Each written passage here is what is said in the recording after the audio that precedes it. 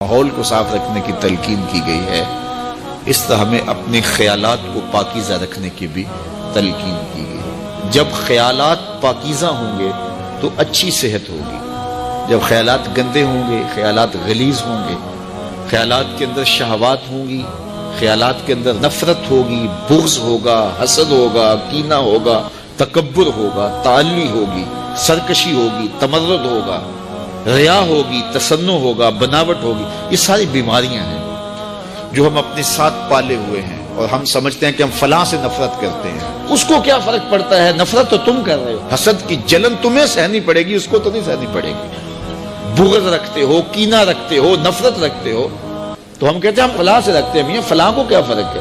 وہ سب کچھ تو تم اپنے اندر رکھے ہو۔ وہ کیمیائی عمل جو ہوتا ہے، جو صحت پہ مضر اثرات پڑتے ہیں، طبیعت میں گھٹن آتی ہے، طبیعت میں غصہ پیدا ہو جاتا ہے، اور ہر وقت چڑچڑا مزاج ہو جاتا ہے، ہر وقت ایک بے چینی میں رہتے ہو، تو وہ تم رہتے ہو، وہ تو نہیں رہتا۔ تو اس لیے وہ اپنے آپ کو صاف کریں، اپنے اندر کی آگ بجھائیں، اپنے اندر کو ٹھنڈا رکھیں، اپنے اندر کی ستھرائی کا، پاکیزگی کا، طہارت کا سامان کریں۔ ان چیزوں کا التزام اور ان چیزوں کا اہتمام کرنا یہ ہمارے دین نے ہمیں سکھایا ہے۔ اسی طرح جب کوئی شخص برائی کرتا ہے، کوئی بھی برائی کرے، تو اس کی اثرات اس کے اوپر مرتب ہوتے ہیں۔ تو برائی کے اثرات بد سے اس کے اندر کا نظام بگڑ جاتا ہے، باطن کی طہارت ختم ہو جاتی ہے، اور باطن کی طہارت کو بہت زیادہ اہمیت دی ہے شریعت اسلامیہ نے۔ حسد کے کوڑے، بغض کا کچرا اور نفرت کا جو ہے وہ گند تمہارے اندر اگر جمع ہوتا رہے گا تو پھر اندر سے تعفن اٹھے گا، اور وہ تعفن تمہارے دماغ کو چڑھے گا، اور زندگی کا چین، زندگی کا قرار تمہارا لٹ جائے گا، اور تم سمجھو گے کہ شاید فلاں کی وجہ سے ایسا ہوا، ہم نے خود نفرتیں پالی، خود اپنے اندر گندگی اور غلاظت ڈالی۔ کچھ اعضاء ہمارے ظاہری ہیں، کچھ اعضاء ہمارے باطنی ہیں۔ آنکھیں عضو ظاہری ہیں، کان، زبان، ہونٹ، ٹانگیں، ہاتھ، یہ ظاہری اعضاء ہیں، اور کچھ اعضاء باطنی ہیں۔ دماغ باطنی عضو ہے، دل باطنی عضو ہے۔ تو یہ جو ظاہری عضو ہیں، اس کی کچھ غلاظتیں، گندگیاں ظاہری ہیں، اور ان کی غلاظتیں کچھ باطنی ہیں۔ مثال کے طور پہ ہاتھ کے اوپر میل لگ گیا، ہاتھ کے اوپر کوئی نجاست لگ گئی، تو یہ عضو ظاہری کی ظاہری غلاظت ہے، تو اس کو پانی سے صاف کیا جا سکتا ہے۔ پاؤں کو چلتے چلتے کوئی گندگی غلاظت لگ گئی تو آپ آ کے اس کو جلدی سے دھو لیں گے، یہ عضو ظاہری کی ظاہری غلاظت ہے۔ لیکن ان اعضاء کی ایک باطنی غلاظت بھی ہے۔ مثال کے طور پہ یہ ہاتھ ہے، یہ عضو ظاہری ہے، اس کی ظاہری غلاظت تو یہ تھی کہ اس کے اوپر کوئی گندگی لگ گئی، لیکن باطنی غلاظت یہ تھی کہ اس ہاتھ سے تم نے کسی سے ظلم کیا، باطنی غلاظت لگ گئی۔ یہ زبان، اس کی ظاہری غلاظت تو یہ تھی کہ کوئی منہ میں ایسی چیز پڑ گئی جو گندی تھی، تو اس کی ظاہری غلاظت ہے، اس ظاہری عضو کی۔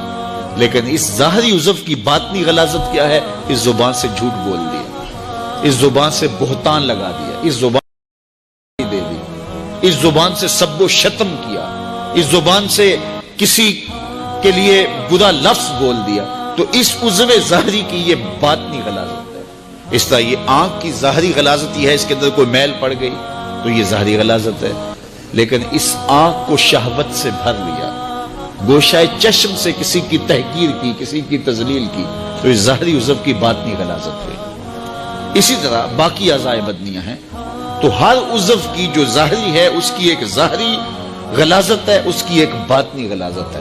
تو ہمیں کہا گیا کہ ہم اپنے اعضاء جو بدن کے ہیں ان کے ظاہر کو بھی صاف رکھیں، اور ان کو باطنی غلاظتوں سے بھی پاک رکھیں، ستھرا رکھیں۔ اس طرح ہمارے باطنی اعضاء ہیں۔ مثال کے طور پہ دماغ ہے، دماغ کی بیماری اور دماغ کی غلاظت ہے، اس کو تکبر پیدا ہو جاتا ہے، عجب پیدا ہو جاتا ہے۔ یہ خمار انسان کو کہ میں بڑا ہوں، یہ انسان کو چھوٹا کر دیتا ہے، یہ انسان کی زندگی کا چین چھین لیتا ہے، یہ تقوی کو اجاڑ دیتا ہے، یہ باطن کے پلے چھوڑتا کچھ نہیں کہ میں بڑا ہوں۔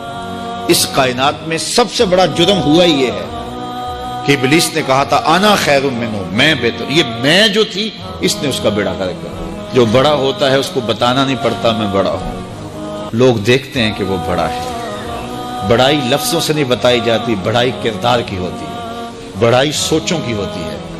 بڑا آدمی دکھائی دیتا ہے کہ یہ بڑا ہے، اس کی عادات سے پتہ چلتا ہے بڑا ہے، اس کے اطوار سے پتہ چلتا ہے بڑا، اس کے طرز زندگی سے پتہ چلتا ہے کہ وہ بڑا ہے۔ تو کسی کو چھوٹا نہ سمجھو، کسی کو حقیر نہ جانو۔ واصف علی واصف مرحوم نے کہا تھا کہ کوئی چھوٹا تب نظر آتا ہے کہ اسے دور سے دیکھا جائے یا پھر غرور سے دیکھا جائے۔